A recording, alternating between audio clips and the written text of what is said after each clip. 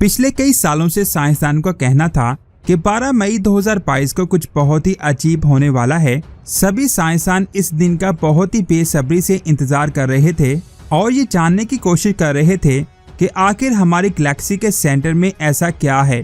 ये सवाल साइंसदान को बहुत ज्यादा परेशान कर रहा था, लेकिन अब हमें इसका जवाब फोटोग्राफी के जरिए मिल चुका है। इस तस्वीर को जरा ध्यान से देखें, जो हमारी गैलेक्सी के सेंटर में मौजूद super massive black hole Sagittarius A star की तस्वीर है। इस तस्वीर को द इवेंट हॉरिजॉन टेलीस्कोप से खींचा गया है।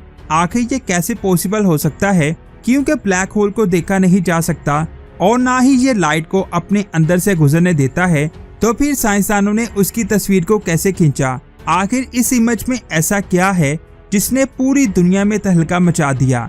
ये अमेजिंग इन्फॉर्मेशन आप जानोगे आज की इस वीडियो में, तो पूरी वीडियो वॉच कीजिएगा। वीडियो शुरू करने से पहले अगर आपने हमारे चैनल को सब्सक्राइब नहीं किया तो जल्दी से सब्सक्राइब करने के साथ साथ हमारी वीडियोस को लाइक और शेयर जरूर करें।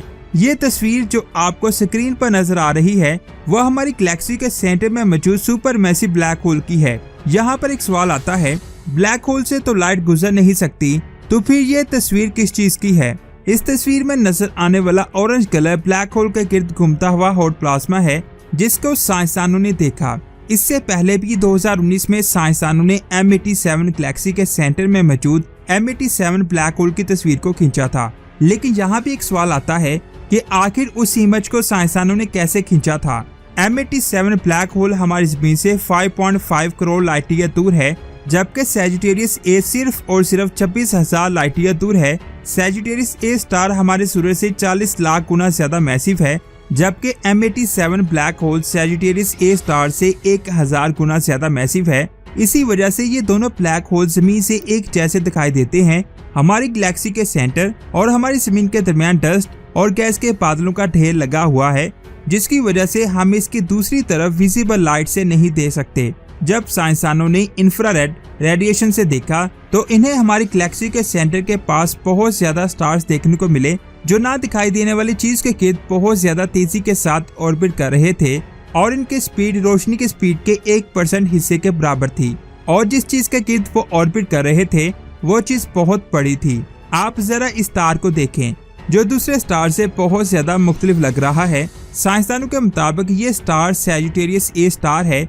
ये ब्राइटनेस ब्लैक होल की नहीं है, बल्कि उसे ऑर्बिट करने वाले सुपर हॉट प्लाज्मा की है, जिसे एक्रेशन डिस्क भी कहते हैं, जो इसमें मर्ज होने के बाद सिंगुलैरिटी की फॉर्म में इसके अंदर हमेशा के लिए रह गया। साइज के लिहाज से हमारी गैलेक्सी का ब्लैक होल इतना ज्यादा खतरनाक नहीं है। ये ब्लैक होल अपने आसपास मौजूद मैटर को बहुत कम कंज्यूम करता है, जिसकी वजह से इसकी एक्रेशन डिस्क ज्यादा चमकदार और बड़ी नहीं है।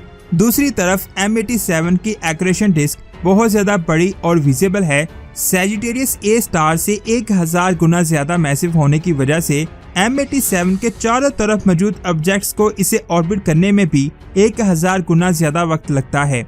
यही वजह है कि जमीन से देखने पर M87 हमें ज्यादा स्टेबल दिखाई देता है, जबकि सैजिटेरियस ए स्टार का एनवायरनमेंट हर वक्त बदलता रहता है और M87 के गिर्द accretion disc Sagittarius A star से ज्यादा बड़ी है, जिसे देखना बहुत ज्यादा आसान है। अब आप ये अच्छे से समझ गए होंगे कि हमने सैजिटेरियस ए स्टार से पहले M87 ब्लैक होल की इमेज को कैसे कैप्चर किया। यहाँ पर एक सवाल आता है कि आखिर हम ब्लैक होल की इमेज को कैसे कैप्चर कर सकते हैं। ब्लैक होल हमारी जमीन और सूरज के मुकाबले में बहुत बड़ा होता है, लेकिन स्पेस में ये बहुत छोटा दिखाई देता है। अगर हम एंड्रोमेडा और सैजिटेरियस ए स्टार का कंपेयर करें तो एंड्रोमेडा गैलेक्सी को हम चांद कह सकते हैं और सैजिटेरियस ए स्टार को चांद की सरफेस पर पड़ा हुआ एक सिक्का कह सकते हैं। यानी कि हमारी जमीन से नजर आने वाले आसमान में ये एंड्रोमेडा गैलेक्सी से 11 अरब गुना छोटा दिखाई देता है। अब यहाँ सोचने वाली बात ये है, क्या साइंसदान इस छोटी सी चीज को अपनी आंखों से देख पाते हैं? तो मैं आपको बता दूं, ब्लैक होल को हम किसी भी ऑप्टिकल टेलीस्कोप से नहीं देख सकते। इसको हम सिर्फ और सिर्फ रेडियो टेलीस्कोप से ही देख सकते हैं। इन टेलीस्कोप में आम टेलीस्कोप की तरह लेंस का इस्तेमाल नहीं होता। जब ब्लैक होल की एक्रेशन डिस्क रेडियो सिग्नल्स को खारिज करती है तो ये सिग्नल चारों तरफ फैल जाते हैं। हमारी जमीन इन ब्लैक होल से बहुत ज्यादा दूर है, जिसकी वजह से ये सिग्नल हमारी जमीन तक पहुंचते ही प्लेन और मध्यम हो जाते हैं, जिन्हें प्लेन वेव्स कहा जाता है। ब्लैक होल से आने वाली रेडियो वेव्स जब टेलीस्कोप के रेडियो सोर्स पर पड़ती है तो ये एक साथ टकराती हैं। जिसकी वजह से हमें ब्लैक होल की शार्प इमेज मिल सकती है। लेकिन अगर हमारा रेडियो टेलीस्कोप ब्लैक होल की तरफ पॉइंटेड नहीं है तो फिर ये टेलीस्कोप ब्लैक होल से आने वाली रेडियो वेव्स को कैप्चर करने में बहुत ज्यादा टाइम लगाएगा, जिसकी वजह से ब्लैक होल की इमेज की क्वालिटी ज्यादा अच्छी नहीं होगी। लेकिन अगर हमें ये पता चल जाए कि ब्लैक होल से निकलने वाली रेडियो वेव्स किस डायरेक्शन से आने वाली है तो हम इसकी अच्छी इमेज क्रिएट कर सकते हैं। इसके लिए हमें हर वक्त हरकत करते हुए रेडियो टेलीस्कोप का इस्तेमाल करना होगा और इस टेलीस्कोप से हमारे लिए एक ब्लैक होल की इमेज को क्रिएट करना बहुत ज्यादा मुश्किल होगा। अगर हम ब्लैक होल और इसके रिंग्स को अच्छी तरह देखना चाहते हैं तो फिर हमारे पास यहाँ पर दो ऑप्शन मौजूद हैं।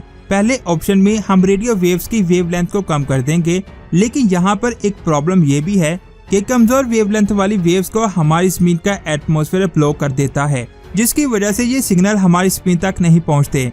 दूसरा ऑप्शन थोड़ा अजीब है, लेकिन इस वक्त हम उसे यूज कर रहे हैं। इस ऑप्शन में अगर हम अपनी जमीन के साइज जितना एक टेलीस्कोप ना लें तो फिर हमें ब्लैक होल की क्लियर इमेज मिल सकती है। जैसे कि मैंने आपको पहले बताया कि सैजिटेरियस ए स्टार और M87 की डिस्कवरी के लिए हमने इसी मेथड का इस्तेमाल किया है। यहाँ पर एक सवाल आता है, क्या हमने जमीन के साइज का टेलीस्कोप ना लिया है?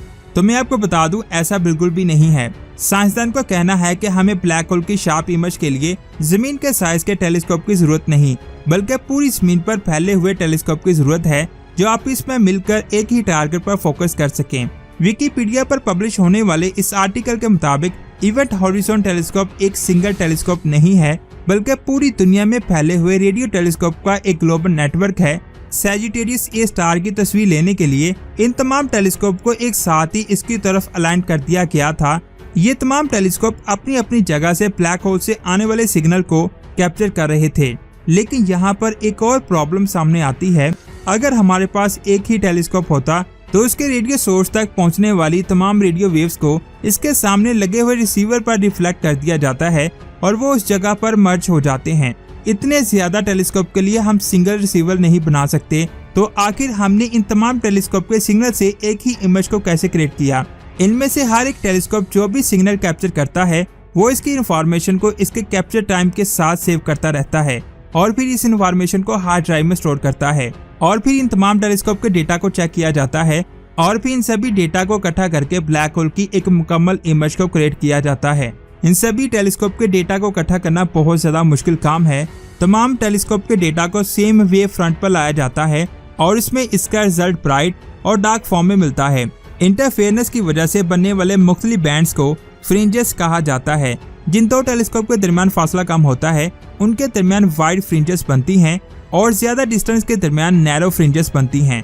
इसे हम इंटरफेरेंस पैटर्न भी कहते हैं और इस ब्लैक होल की इमेज को दुनिया के तमाम टेलीस्कोप के पेयर के इंटरफेरेंस पैटर्न को इकट्ठा करके बनाया गया है। जी हाँ, आपने बिल्कुल सही सुना। इस प्रोजेक्ट के साइंसदान अभी भी यकीन नहीं कर रहे कि वो अपने प्रोजेक्ट में कामयाब हो चुके हैं। इस डिस्कवरी की वजह से हम अपनी गैलेक्सी के बारे में बहुत कुछ जान पाए और ये हमारे लिए बहुत बड़ी डिस्कवरी है। आपको कैसी लगी नीचे कमेंट्स करके जरूर बताएं। वीडियो अच्छी लगी तो लाइक करने के साथ साथ इसे आगे भी शेयर करें। मिलते हैं एक और अमेजिंग वीडियो में। अपना बहुत सारा ख्याल रखें। अल्लाह हाफिज।